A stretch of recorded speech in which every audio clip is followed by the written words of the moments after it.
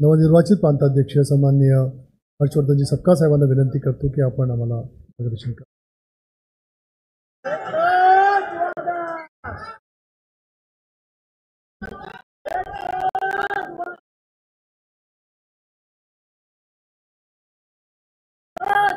सरफरोशी की तमन्ना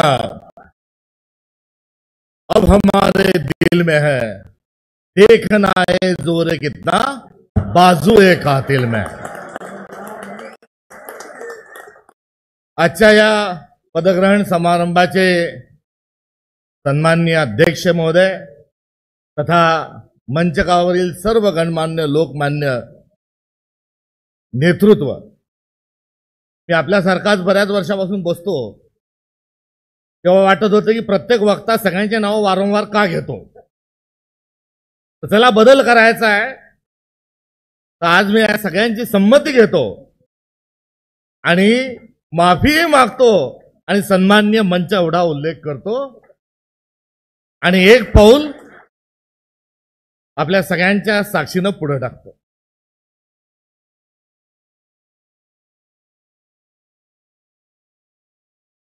मतदारांचे नाव असणाऱ्या चिठ्ठ्या घरी पोहोचवणारा कार्यकर्ता, बूथ एजंट म्हणून सक्रिय स्वरूपामध्ये आत बूथवर काम करणारा कार्यकर्ता, पुढे जिल्हा परिषदेचा सदस्य होतो, युवकांचं चळवळ चालवतो, सांस्कृतिक क्रीडा क्षेत्रात कार्यरत राहतो, जिल्हा परिषदेचा अध्यक्ष होतो आणि ही असणारी घोडदौड करत असताना जे वर्क प्रोफाईल आहे, तो मूळ पिंड आहे, तो सोडण्याची आवश्यकता भासत नाही. पुढे जिल्हा परिषदेचा अध्यक्षानंतर आमदारही होण्याची संधी मिळते आणि राष्ट्रीय स्तरावर गेल्या 12 वर्षापासून कार्यरत असताना प्रदेश काँग्रेस कमिटीचा अध्यक्ष कोण, तर झटका खिल्लारीचा जो असेल तो थोडा काही 7.8चाच वगैरे होता, मात्र हा मोठा एक झटका लागला आणि हर्षवर्धन सपकाळ यांचं नाव जाहीर झालं. आता कोण भानगड माध्यमांना माहित नाही, माझा कोणता काही पीआर नाही, त्यामुळे पहिले 4-5 तास चाललं की आदिवासी समाजाला न्याय मिळाला आणि आदिवासी समाजाचा हर्षवर्धन सपकाळ जिल्हा प्रांताध्यक्ष झाला. माझ्या एका सहकार्याने फोन केला की अच्छा हो गया वो ले लिया, मगर राहुल बंद्रे का क्या करेंगे आप. राहुल बंद्रे आमच्या जिल्ह्याचा जिल्हा काँग्रेस कमिटी अध्यक्ष, त्यामुळे त्याला वाटलं की राहुल बंद्रेला काढलं आणि मला जिल्हा काँग्रेस कमिटीचा अध्यक्ष केलं. अशा गोष्टी काँग्रेसमध्ये ज्या होतात हे खरं आपलं वैभव आहे आणि या वैभवातून आता पुढे जात असताना खूप भावना आहेत. सगळा प्रवास चलचित्रासारखा पुढे डोळ्यासमोर जातोय. मात्र ही प्रक्रिया जेव्हा सुरू होती तेव्हा माझं काही आपण जाऊन कोणाला या आदरणीय नेत्यांना किंवा तुमचं जमत असेल तर ठीक आहे, तुमचं जमत नसेल तर माझं नाव सांगा असं काही म्हणण्याकरताही मला मी काही धजावलं नाही. आणि जेव्हा मला पक्षाने विचारलं की काय महाराष्ट्राचा अध्यक्ष व्हायचं का, तर मी सांगितलं की माझी स्ट्रेंथ पण माहिती आहे, माझा विकनेस पण माहिती आहे. मग सांगितलं की कोण चांगलं राहील, तर मी आदरणीय सगळ्या लोकांचं नावं सांगितलं. भया आपलं पण सांगितलं, विजूभाऊ आपलं सांगितलं, बाळासाहेब आपलं ते माझ्या ते आपलंही सांगितलं. नाही जे सांगितलं खोटं कशाला बोलत. यशोमती ताईंचं सांगितलं, ते सतेज पाटील नाही त्यांचं सांगितलं आणि म्हटलं ही सर्व नावं जी आहेत ही चांगली आहे आणि किंबहुना माझ्यापेक्षाही जास्त चांगलं काम करतील. आणि ही सद्भावना आणि हे प्रेम, हा आदर, हा काही डिप्लोमॅटिक भूमिका म्हणून नव्हे, तर आय मीन इट. माझ्यापेक्षा ही सर्व नावं चांगली होती, मात्र होत असताना एक माणूसच करावा लागतो आणि तो माझ्या स्वरूपातून झाला. आता माझ्यासारखा कार्यकर्ता झाला, माझा जो इंटरेस्ट राहणार आहे तो माझा मूळ रस जो आहे, मला संघटना बांधायची आहे, विचारांची लढाई लढायची आहे आणि संघटनाची आणि विचारांची लढाई लढण्याकरता मला आपल्याला सगळ्यांना नेते मंडळीचं आपल्या सगळ्यांचं बळ हवंय. 25-30 वर्ष पहिले जर गेलो, आता नगराळे साहेब इथे दिसले, 30 वर्षापूर्वी ते आमचे कलेक्टर होते, त्यांच्या कॅबिनमध्ये घुसून 20, 25, 30 पोरं घेऊन, नाही साहेब आत्ता करा, तेव्हा काही पोलीस बिलीस राहत नव्हते, असा चळवळ करणारा कोणी कार्यकर्ता जर 25 वर्षानं 30 वर्षानंतर जर प्रदेश अध्यक्ष होईल असं म्हटलं तर कोणत्याही ज्योतिषाला त्याच्यावर भरोसा राहिला नसता. म्हणून आपण काम केलं पाहिजे. बुझी क्षमा फिर से जल सकती है, बुझी क्षमा फिर से जल सकती है, कश्ती सागर तूफान से गुजर सकती है, मायूस ना हो बंदे, किस्मत किसी वक्त भी बदल सकती है. मगर इस किस्मत के लिए केवल किस्मत नहीं आती, किस्मत के लिए दूसरा पहलू लगाना पड़ता है, दूसरा पहिया लगाना पड़ता है. कोशिश करने वाले की कभी हार नहीं. आपण नुसतं किस्मत किस्मत किस्मत करत बसलो आणि कोशिश आपण विसरलो तर बजेट बसणार नाही, मेळ लागणार नाही. त्यामुळे कोशिश करने वालों को कभी हार नहीं होती. आणि आता आपल्याला सगळ्यांना ती कोशिश करायची आहे. आणि ती कोशिश करत असताना मी जास्ती पल्लाळ आता काही माझं दळत बसत नाही. काय करायचंय तर संघटना बांधायची. म्हणजे काय करायचंय तर संघटना बांधत असताना आपल्याजवळ खाली मतदार आहे, वर सक्षम स्वरूपाचं नेतृत्व आपल्याजवळ आहे. आता ज्या मधातल्या तुटलेल्या ज्या कड्या आहेत त्या मोठ्या प्रेमाने, आदराने, सौजन्याने त्या सगळ्या आपल्याला जोडायच्या आहेत. हिंसा न करता, चापलुसी न करता,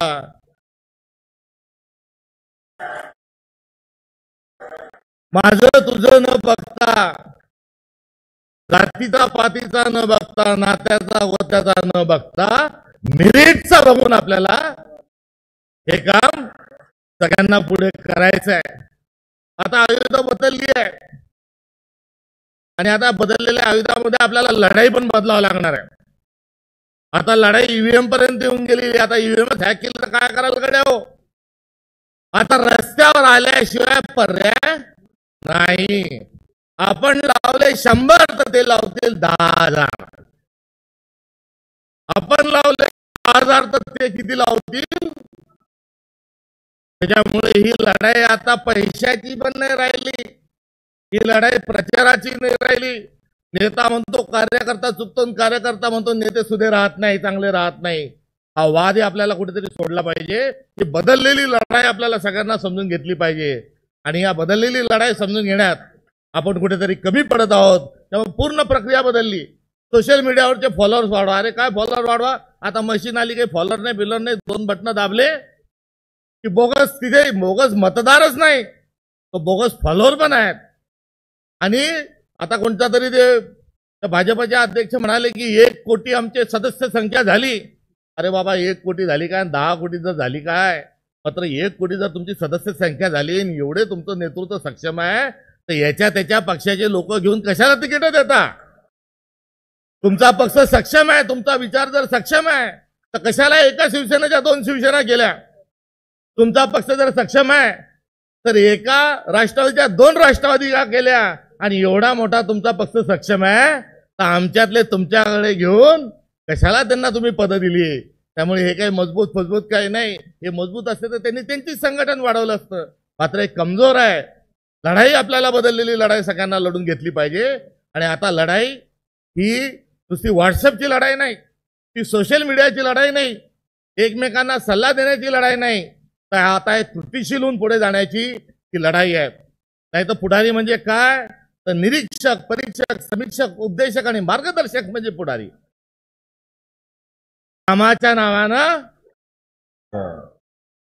असं चालणार नाही. त्यामुळे आपल्याला कार्यकर्ता हा कार्यकुशल बनवायचा आहे, कार्यकर्ता हा लाडवाव बनवायचा आहे, कार्यकर्ता हा प्रामाणिक बनवायचा आहे. आणि हे जर बनवायचं असेल तर आपल्याला निरीक्षक, परीक्षक, समीक्षक, उपदेशक आणि मार्गदर्शक हा बाजूला काढून ठेवावा लागणार आहे. या महत्वाच्या संकल्पना आहेत. आणि या महत्वाच्या संकल्पना आपल्याला इतिहासातून घ्यायच्या आहेत, आपल्या वाडवडिलांच्या वारसातून घ्यायच्या आहेत, त्यागातून घ्यायच्या आणि बलिदानातून घ्यायच्या आहे. आपल्याला सर्वांना पुढे जायचंय. आणि हे बोलत असताना वेळ बराच झालाय म्हणून मी आवर्त घेतो.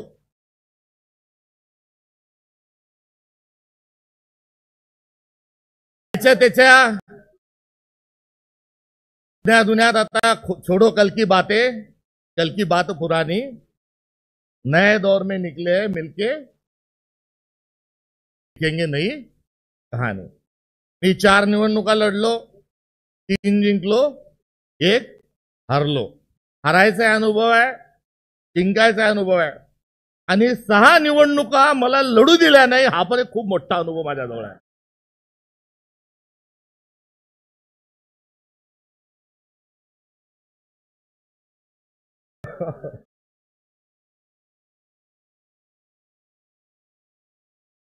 आणि या 6 निवडणुकात मी पक्ष सोडून काम केलं नाही, मी पक्षाचंच काम केलं. त्यामुळे मी आज तुमच्या समोर उभा आहे. हा एक सुवर्ण अनुभव आपल्या सगळ्यांसमोर या ठिकाणी मांडू इच्छितो. त्यामुळे ज्याला काही मिळतं त्याच्यापेक्षा ज्याला मिळत नाही त्याला ते जास्ती कळतं, असं मानलं तर त्याच्यात काही चुकीचं ठरणार नाही. त्यामुळे आता बोलायला लागलो, 4 एकीकडे आहे आणि 6 एकीकडे आहे. पण ताई वेदना जास्ती येतील, दर्द को संभाल के रखेंगे, जितना दर्द ज्यादा रहेगा उतना काम अच्छा करेंगे. हमारी जो शराफत है कांग्रेसियों की, हमारी शराफत हमारी कमजोरी नहीं, हमारी ताकद है. आणि या अशा आगळ्या वेगळ्या एका व्यक्तिमत्वाला, एका रसायनाला, एका कार्यकर्त्याला आज प्रदेशाध्यक्ष पदाची जबाबदारी ही मिळालेली आहे. तर माझा इंडिव्हिज्युअल कोणचा अजेंडा हा राहणार नाही. उर्वरित काळात सकारात्मक काम करत पुढे गेलो पाहिजे ही भूमिका आहे. मी गत निवडणुकीनंतर माझ्याकडे राजीव गांधी पंचायत राज संघटनेची धुरा आहे, आणि ती धुरा राहत असताना राष्ट्र निर्माणचं काम आम्ही त्या ठिकाणी करतोय. कुठेतरी कोणाला एनजीओचं काम वाटत होतं, कोणाला ते नॉन पॉलिटिकल वाटत होतं. मी गाडगे महाराज ग्रामस्वच्छता अभियानात, निर्मल ग्राममध्ये, आदर्श गाव योजनेमध्ये वगैरे वगैरे बऱ्याच मोठ्या जनआंदोलनांना निर्माण करण्याचं, त्याला सांभाळण्याचं, त्याला वरती घेऊन जाण्याचं सौभाग्य मला लाभलंय. आणि हे करत असताना अलीकडच्या काळात, उर्वरित काळात काय करायचं म्हणून मी गेल्या 2 महिन्यापासून आता आधुनिक अजेंडा कसा काढता येईल, आता आपल्याला गावात जाताना कोणता कार्यक्रम घेऊन जायचा हे शोधत होतो. नाशिकला तिथल्या कृषी संचालकाकडे जाऊन काही गोष्टी समजवल्या. डॉक्टर अविनाश पाणी फाउंडेशनच्या तिथे गेलो, अजून 10-15 ठिकाणी गेलो, आणि खेड्याकडे चला ही भूमिका घेऊन मी आता कामाला लागलेलो असताना पक्षाने मला सांगितलं राजधानीकडे जा. त्यामुळे आपण कितीही प्लॅनिंग केलं तर जमत, किती पण चांगले कपडे शिवले आणि किती पण चांगल्या फोटोग्राफरकडे जाऊन वेगवेगळ्या पोजनी फोटो काढले, गावात फ्लेक्स बॅनर पोस्टर लावले, तरीही जमण्याची गॅरंटी नाही. आपलं कर्म जे आहे ते आपल्याला भेटत असतं, आणि आपल्याला कर्म आपल्याला कसं आपल्याला चांगल्या स्वरूपात पुन्हा रिटर्न गिफ्ट देईल, हा गेल्या वर्षभरातला 6 महिन्यातला जो अनुभव आहे, त्या 6 महिन्यातल्या अनुभवातला एक अनुभव आपल्या सगळ्यांसोबत साझा करतो. या वर्षभरामध्ये मला चेन्नीतला साहेब गाडीत विचारत होते, क्या चल रहा, क्या कर रहे थे आप, लड़के काय, सगळी चौकशी करत होते. तर साहब ये साल 3 काम करने के थे. एक लड़की की शादी करने की थी, वो विदेश स्कॉलरशिप उसको मिल गई, वो विदेश में चले गए, उसकी शादी भी रह गई. दूसरा एमएलए बनना था, एमपी बनना था, चुनाव लड़ना था, वो भी आपने टिकट नहीं दिया, वो भी रह गया. तीसरा था नए घर में रहने जाना था, उतना हुआ, मगर अभी ये चौथा ही काम आपने जो दे दिया, तो क्या चल रहा है ये बोलने के भी मैं स्थिति में नहीं हूं. तो ही एक कार्यकर्ता जो असतो त्याच्या संदर्भात अनुषंगाने हे ठेवायचे एक चिंतन. कारण आपण कार्यकर्ता जो आहे, जो पायात खेटर घालतो त्यालाच ते कळत असतं ते कुठे चावतं. बाहेरून पाहणाऱ्या माणसाला बूट कुठे चावतोय समजत नाही, ज्याच्या पायात असतो त्यालाच कळतो. त्यामुळे हे आपल्या सर्व कार्यकर्त्यांचं जे दुःख आहे ते आपलं वैभव आहे गड्या हो. निदान विनाकारण रडत बसण्यात काही अर्थ नाही. आता रडायचे दिवसही नाही. यांचं चुकलं का कोणाचं चुकलंही बोलायचं काम नाही. आपण एक बोट दाखवतो दुसऱ्याकडे तर 3 बोट आपल्याकडे आहे. आपण कार्यकर्ता आहोत. आपल्याला आपली लढाई ही सर्वांना आपल्या पातळीवर लढली पाहिजे. आता लढाईचे दिवस आहेत आणि लढत असताना या सगळ्या बदललेल्या राजकीय लढाईला आपण सर्वांनी त्याच पद्धतीने लढलं पाहिजे हे आव्हान करतो. आणि जाता जाता काय पुढे काय बदल कसा बदलाव कसा तर आपल्याला बाळासाहेबांनी जी सूचना केली त्या सूचनेनुसार आपल्याला आता कॅडर बेस पार्टीच्या अनुषंगानं नव्हे, तेवढ्याच कारणाकरता नव्हे, तर आपल्याला आपली धरोहर काय, विचारधारा काय ही समजून घेण्याकरता प्रशिक्षणांची शृंखला करावी लागणार आहे. आंदोलनं जे करायचे तर सगळेजण एकत्र या, तहसीलदाराला निवेदन द्या, फोटो काढा आणि आंदोलन यशस्वीचे फोटो प्रसारित करा आणि एक दुसऱ्याला अंगठे दाखवत दाखवत स्वतःची पाठ स्वतः ठोकतून घ्या. असे शोले कार्यक्रम चालणार नाही. शोले कार्यक्रम म्हणजे काय? पिरू चढला पाण्याच्या टाकीवर म्हणतो मारू का उडी, मारू का उडी. असे शोले कार्यक्रम करायचे नाही. आणि हे जर काढायचे नाही अशा तुमच्याकडून अपेक्षा व्यक्त होत असतील तर तुम्हालाही पक्षाने थोडं पाठबळ दिलं पाहिजे. तर सर्वसामान्य जो कार्यकर्ता आहे या सर्वसामान्यांची कार्यकर्त्याची लढाई लढण्याकरता मी प्रदेशाध्यक्ष पदावर बसलेलो आहे. आणि हे आपल्याला सांगत असतानाच काय करणार नाही हे माझं सगळं चिंतन आदरणीय प्रभारी महोदयांच्या जवळ मी सांगितलं आणि त्यांनी देखील या गोष्टीला बिलकुल त्याच्यात अजून भर घालत असताना पुढे जाण्याच्या दृष्टिकोनातून माझं धाडस वाढवलं, मेरी हौसला अफजाई. आणि सर्वात महत्वाचं म्हणजे आता बोगसपणा आपण कोणीच चालून घ्यायचा आणि खपून घ्यायचा नाही. आणि तो करत असताना जनाधार असणाऱ्या लोकांनाच आपण पक्ष संघटनेमध्ये स्थान दिलं पाहिजे, देणार आहोत. त्यामुळे जनाधार असणाऱ्यांना स्थान द्यायचंय, निष्ठावांना स्थान द्यायचंय आणि प्रामाणिक लोकांनाच आपल्याला स्थान द्यायचंय. आणि हे करत असताना समजून सांगण्याची भूमिका, शांततेची भूमिका घ्यायची आहे. आणि ती घेत असताना कोणाचं उणे धुणं काढा, कोणाबद्दल काही वाईट बोला याची आवश्यकता नाही. तर हे संपूर्ण वर्क प्रोफाईल आपल्याला सगळ्यांना बदलायचं आहे. एवढं या निमित्तानं आपल्याला सांगत असताना येणाऱ्या 25 तारखेला सुप्रीम कोर्टाचा निकाल काय लागतो यावर आपल्याला आपल्या पक्षाचा पुढचा कार्यक्रम हा ठरवावा लागणार आहे. त्यामुळे आपल्या सगळ्यांच्या आज साक्षीनं आदरणीय एवढी तोलामोलाची माणसं ही माझ्या कार्यकर्त्याच्या आज प्रशिक्षण आज पदग्रहण सोहळ्याच्या निमित्ताने या ठिकाणी येतात. हा एक माझा खूप मोठा सन्मान आहे. मी त्याच्याबद्दल आनंद आणि अजन्म कृतज्ञता या संदर्भात मी व्यक्त करतो.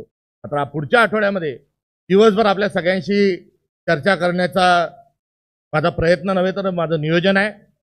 मी सगळ्यात जिल्हाध्यक्षांशी पुढच्या सोमवारी भेटणार आहे.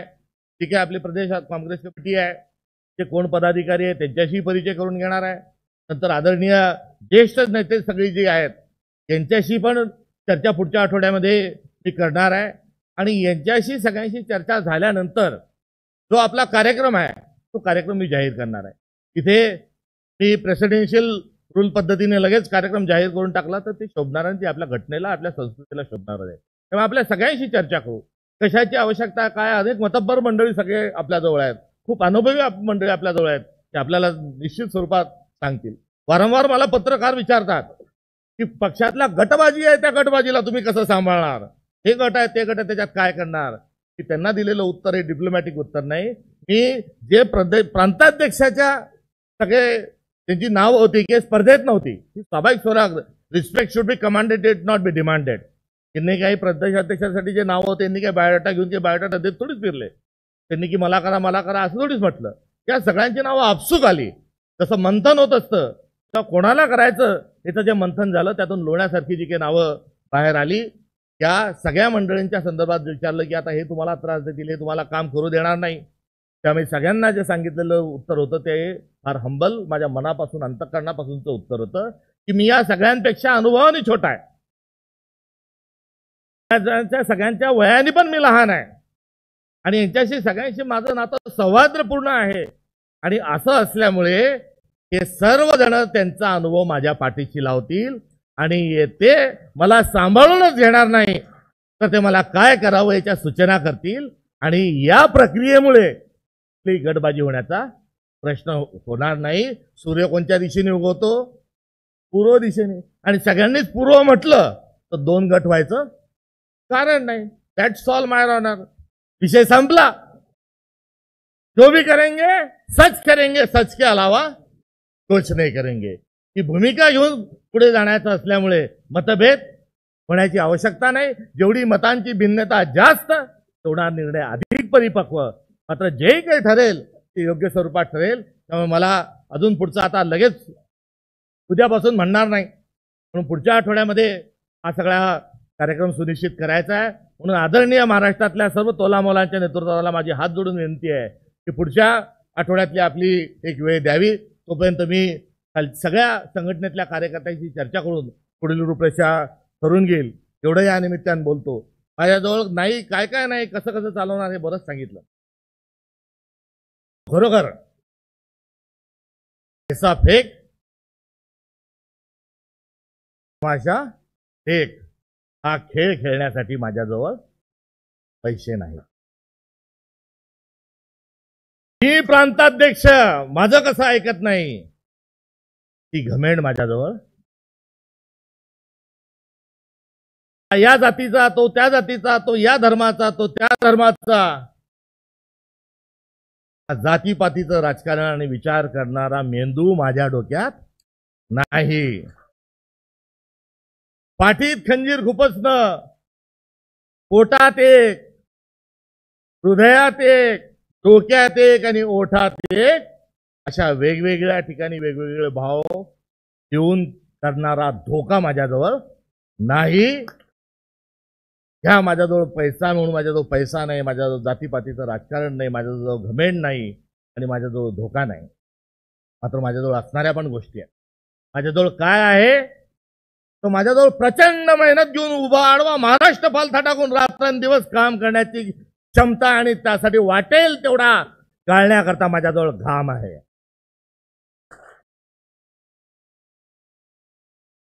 विचारांची लढाई लढायची आहे, संविधानाची लढाई लढायची आहे. महात्मा गांधी, राजीव गांधी, इंदिरा गांधींचं बलिदान आपल्या पक्षाने दिलेलं आहे. आणि हे बलिदान का दिलंय तर त्या वैचारिक लढाईसाठी दिलेलं आहे. आणि ही वैचारिक लढाई एक सैनिक या नात्याने लढत असताना प्रसंगी माझा जीव गेला तरी पाहिजे तेवढं रक्त माझ्या धामण्यातून देण्याकरता माझ्याजवळ रक्त माझ्याजवळ आहे, माझ्याजवळ घाम आहे. कुठल्याही परिस्थितीत मोडेल पण वाकणार नाही. येतं किंचित पण मी माझ्या ध्येयापासून, माझ्या तत्वापासून, माझ्या निष्ठेपासून, माझ्या पक्षापासून येतं किंचितही बाजूला जाणार नाही. ती निष्ठा माझ्याजवळ आहे. आणि ही या सोबतच गरिबाचे दुःख समजून घेण्याकरता, वेदना समजून घेण्याकरता, या भारत मातेच्या वेदना समजून घेत असताना, आपल्या सगळ्यांच्या वेदना समजून घेत असताना ती सहिष्णुतेचे अश्रू पण माझ्याजवळ आहे. तर माझ्याजवळ अश्रू आहेत, माझ्याजवळ निष्ठा आहे, माझ्याजवळ घाम आहे, माझ्याजवळ रक्त आहे. आणि या सगळ्याचा सिंचन करून आपण निश्चित स्वरूपात महाराष्ट्र प्रदेश काँग्रेस कमिटी ही पुन्हा सत्तेमध्ये स्वतःच्या बळावर आणू हा विश्वास या ठिकाणी व्यक्त करतो. जी, मैं बहुत ही विनम्रता के साथ आपके सामने एक एफिडेविट देता हूं. आमतौर पर चुनाव में अपन जाते हैं तो एफिडेविट वहां देना पड़ता है, मगर मैं भी आज इस कार्यक्रम ईमानदारी और इस कार्यक्रम की पवित्रता को कि आने वाले 5 साल में जो प्रदेश अध्यक्ष का चुनाव का सारा काम है, इस 5 साल में मुझे कोई एमएलसी और कोई राज्यसभा का कोई पोस्ट मेरे को नहीं होना है. ये मेरा एफिडेविट है. और दूसरा जो एफिडेविट है कि 5 साल के बाद यहां पर सत्ता लाना है कांग्रेस की, और वो भी लाना है डंके की चोट पे. उस वक्त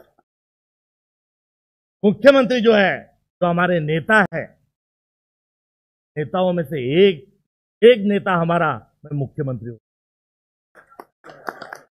ये प्रदेश अध्यक्ष की जो कुर्सी है ये बहुत अच्छी है, कांटे भी है, फूल भी है, सब है. बीमारी है, रात को जो आप गिरते हैं वो दूसरे गिरते हैं.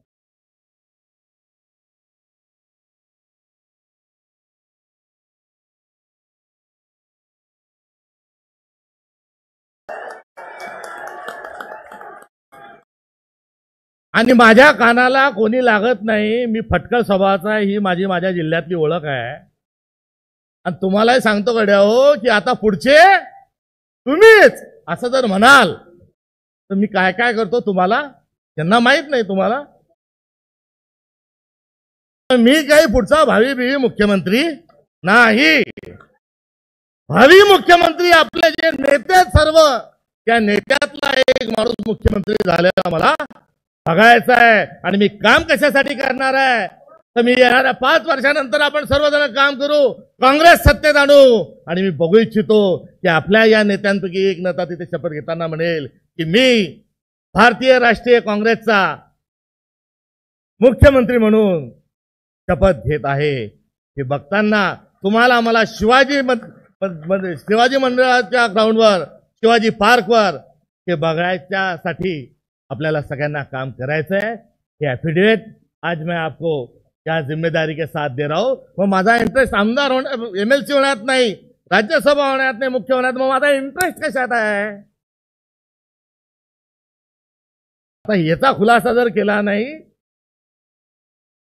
काही गैरसमज होण्याची शक्यता नाकारता येत.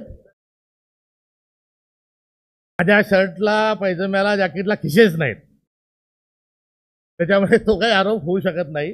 मात्र माझा इंटरेस्ट जो आहे तो काँग्रेसचा विचार मनामनात, घराघरात पोहोचवणं हा माझा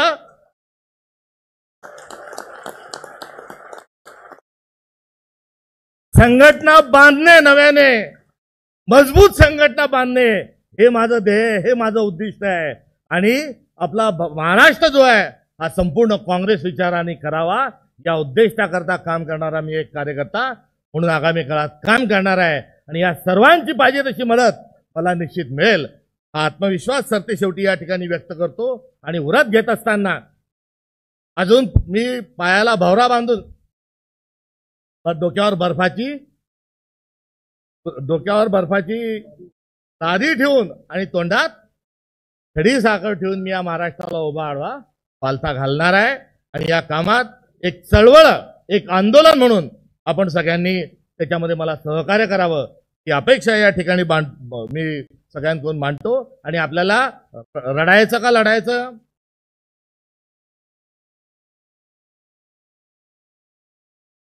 नाही आता तुम्ही म्हणताय की यांना विचारा तर मी काय अजून मला काही वेळ द्या, तेही करू आपण. आपल्याला लढायचं आहे त्यामुळे शृंखला पायी असू दे, हे केलं असतं ते केलं असतं, कमीच संख्या. शृंखला पायी असू दे मी गतीचे गीत गाईन, शृंखला पायी असू दे मी गतीचे गीत गाईन, दुःख उधळण्या आता सर्वांना वेळ नाही. कोंडलेल्या वादळांच्या या निवार लाटा माणसासाठी उद्याच्या इथून निघतील वाटा. बांगड्यांच्या सोबतीला येऊ द्या बलदंड पाहू, निर्मितीची मुक्त गंगा त्या इथे मातीत वाहू.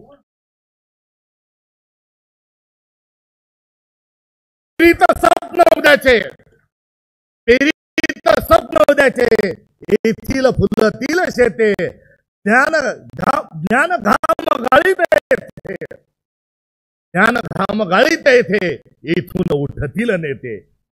यासाठी वाहिली ही सर्व निधनांची कमाई, शृंखला पायी असू दे मी गतीचे गीत गाईन, दुःख उधळण्यासाठी आता आसवांना वेळ नाही. जय संविधान, जय क्रांती, जय जगत.